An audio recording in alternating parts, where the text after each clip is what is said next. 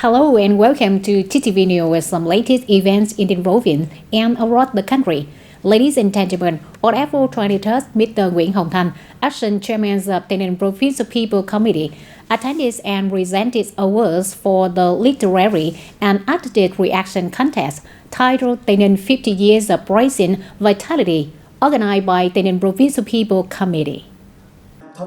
At the event, Mr. Nguyễn Hồng Thành awarded certificates of merit from the Provincial Appeals Committee to 3 individuals who won the first prize and 8 individuals who won the second prize in the contest.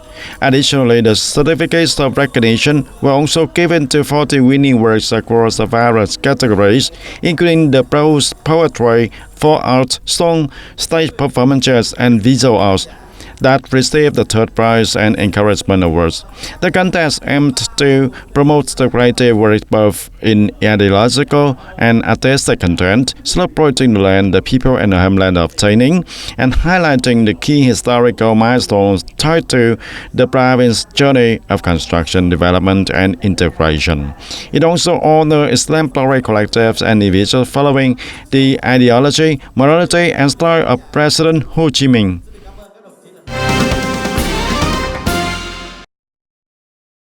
Meanwhile, on the morning of April 23rd, acting chairman of the Provincial Appeals Committee, Mr. Nguyễn Hồng Thành, along with leaders from the Vietnam Parliament Committee of the province, heads of departments and local authorities, attended a ceremony to present 3 great solidarity houses to disadvantaged households in Hào Trực, Camille Thành district. At the ceremony, Bảo Minh Trust Corporation handed over a symbolic roll representing the donation of 10 great solidarity houses to the Vietnam Parliament Committee of Châu Thành district to be allocated to families in need within the area. Among these, 3 houses were presented directly to the households at the locality. The audience on the afternoon of April 23rd, Mr. Vũ Xuân Trường, director of TayNinh Radio and Television Station, chaired the conference to gather feedback from leaders of relevant agencies and units on the documentary produced for the celebrations of 50-year anniversary of the liberation of the South and national reunification in conjunction with the 50th anniversary of the liberation of TayNinh Province, April 30, 1975, April 30, 2025. Attendees include representatives from the Departments of Culture, Sport and Tourism, the Provincial Party Committee's Propaganda and Mobilization Commission, the Office of the Provincial People's Committee, and leaders of various specialized departments of the radio and television station. At the conference, after reviewing the documentary, representatives from associates and units appreciated the production team's efforts. They also provided feedback regarding the film's duration and suggested the additions to the narration and related images to make the documentary more complete. Mr. Vũ Xuân Trường acknowledged the comments and suggestions from the associates representatives and requested that the production team promptly make adjustments and additions to finalize the documentary for screening at the 50th anniversary ceremony of the liberation of the South and the national reunification, in conjunction with the 50th anniversary of TayNinh liberation, April 30th of 1975 and April 30th of 2025. Ladies and gentlemen, April comes on the plains of Bình Dương, once known as the Fire Zone of Southeast Vietnam. The memories of 50 years ago still lie vividly in the hearts of the former soldier. At the age of 77, War veteran Nguyễn Văn Dưỡng still clearly remembers every marching step, every battle of the heroic Phú Lợi Battalion during the spring days of 1975, when Bình Dương paved the way and ignited the fire for the final victory. The tradition of our battalion was every time we were deployed, we won, and in 1975, on April 30th, the mindset among us was total determination to liberate the South. April 30th, 1975, Independence Palace fell and the country was unified. At that moment, a small figure in the checker such Miss Nguyễn Thị Một, a Surat license officer, raised the liberation flag atop the Phú Cường Administrative House, marking the complete end of the regime in Thủ Dầu Một, Bình Dương. acclaimed the balcony, took down the reserve flag and replaced it with the liberation flag. People from below and above rose out, cheering with joy till Yomok was liberated. To have today's pace, the country endured a warfare with loss and sorrow. Half a century has passed, but the pain of comrades who never may take harm still lingers. My feelings now is that I still remember the comrades who once fought by my side, but I'm no longer here. And honestly, I deeply cherish the civilians who supported the Liberation Army, a source of pride for our nation. 50 years later, from a fire zone to Yomok has become a first-class city, bustling with industry, modernity, and civilization. But beneath every step forward lies the imprint of a time marked by bombs and bullets, of blood, of tears, and of an unyielding desire for peace that can never be forgotten. Because that April, the memory still remains intact, just like the continuing current of the nation's history.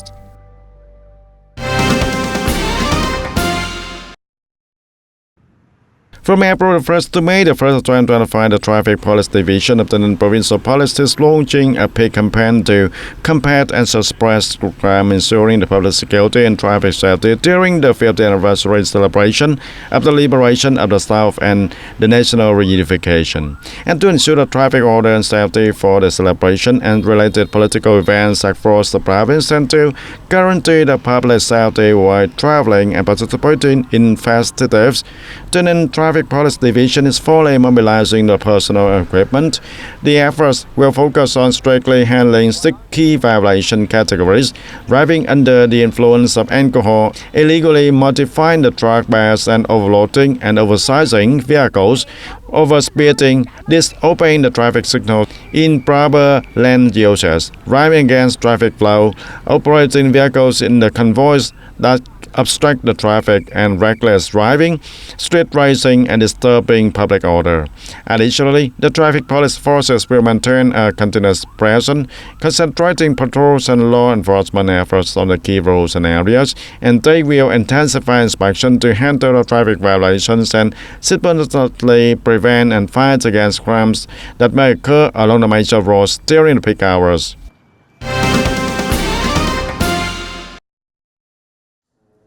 On the afternoon of April 23, 2025, the Steering Committee for Civil Judgment Enforcement of TayNinhTV Province held a meeting to resolve difficult and outstanding cases in civil judgment enforcement. The meeting was chaired by Mr. Trần Văn Chiến, Vice Chairman of TayNinhTV Provincial Business Committee and head of the Civil Judgment Enforcement Steering Committee. During the meeting, Mr. Khu Văn Hòa, Deputy Director of the Provincial Civil Judgment Enforcement Department, reported to the Steering Committee on several cases that encountered difficulties during the enforcement process and provided directions for the future. These included cases such as the case of the People's Committee and Investment and Construction Project Management Board of Hoa Thanh Thảo, which had become legally effective, with a note to identify the individual responsibility for causing the damage and the source of funds for payment according to the court's ruling. Speaking at the meeting, Mr. Trần Văn Chiến requested the Civil Judgment Enforcement Department to assess potential impacts on local security and order when carrying out force enforcement actions and to resolve long-standing cases. In recent years, the ban amidst pollution has declined due to impact on its natural breeding environment, making wild catfish from rivers and canals increasingly scarce. As a result, farm ban methods have become a specialty fish, with market price ranging from 100,000 to 120,000 Vietnamese per kilogram. Its profitability compared to other fish species has encouraged some farmers in Long An to switch to craziness. Long An has the 2 main aquaculture regions: backfish water farming in the southern district and the freshwater farming in the Thap Mười region. And many households take advantage of both previously used for shrimp or Friday Pangasius farming to raise the bandit masters in the intergroup circles, and it is the bandit motors farming area of Mr. Ta Văn Vững, a resident of Tân Thành commune of Mộc Hóa district. From his 5 hectares of fried fields, Mr. Vững invested 2 hectares in farming the commercial bandit matters, and after 2 years he has found a considerable success. With 4 ponds and a 4-month farming cycle, he expected to harvest for 12 tons of fish, and after deducting the cost for about 60,000 Vietnam dong per kilogram, he earns over 20,000 Vietnam dong in the profits per kilogram. Bandit motors adapt well to the freshwater, and farming is here requires less labor and carries fewer risks. At a stocking density where 1 kilogram yields for 60,000 Vietnam dong, and the profit per kilogram is around 20,000 to 22,000 Vietnam dong per kilogram. Nhiệt Ninh commune has over 27 hectares of underperforming black tiger shrimp farms, and the local farmers unions recognize that the bandit matters farming could have rehabilitated the ponds, so they encourage 17 households to interrupt bandit methods with a shrimp. And this April, the commune's farmers unions launched a cooperative group to support the bandit matters farming, assisting the members with ponds renovation, fingerling purchases, and field and farming techniques and product marketing. Recently, the commune farmers union worked with the relevant agencies to have the Matos Fish Farming Cooperative in offering each household a 50 million Vietnam dong loan to expand their operations and farming. Though some areas still can catch in nature and the supply cannot keep up, prompting farmers to shift to commercial and artificial farming. Our center has received the funding from the Department of Science and Technology to support the project on breeding and farming the bandit methods fish. And thanks to its ability to adapt to brackish water, the bandit method fish offers a new solution from farmers who have been intercropping with the black tiger shrimp for the decades, and the striped catfish is proving to be a profitable direction for the farmers, offering not only the high returns but also helping to rehabilitate the farming ponds effectively.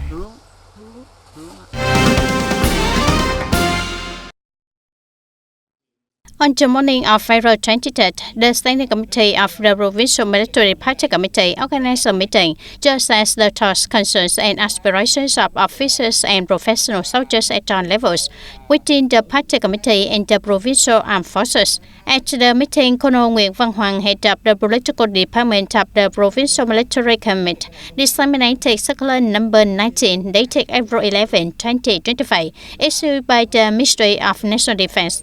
This circular provides guidance on implementing policies and regulations for individuals under the Ministry's management in the context of restructuring organizational apparatus.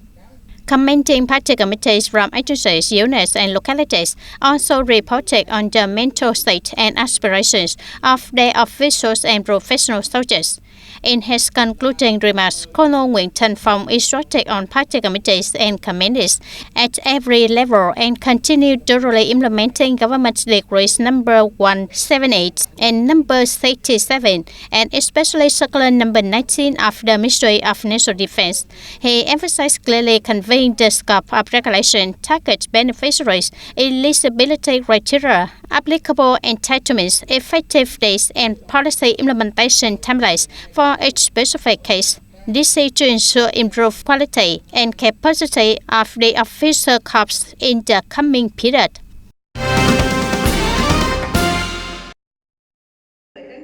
And on the afternoon, April 23rd, Goyao District People's Council held a 12 sections, the special section of the 12th term for the 2021 to 2026 tenure. The section reviewed reports on the proposed use of increased revenue and cost saving funds from the 2024 district level budgets to be carried forward to the 2025, and results of public consultations on the reorganization of provincial and commune level administrative units in Tân Province. The delegation also studied and discussed proposals and resolutions on the approval of 2024 local budget settlement, adjustment to the medium-term public investment plan for 2021 to 2025 period, and opinions on policies of reorganizing provincial level administrative units, and opinions on the policies of reorganizing the commune level administrative units in TayNinhTV.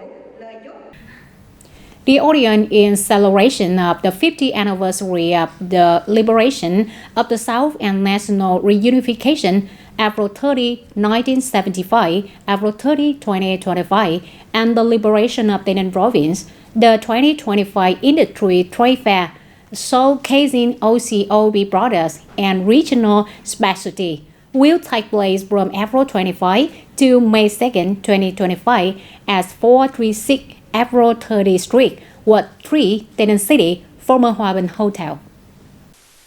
Preparations for the fair are being actively and comprehensively implemented by relevant functional units.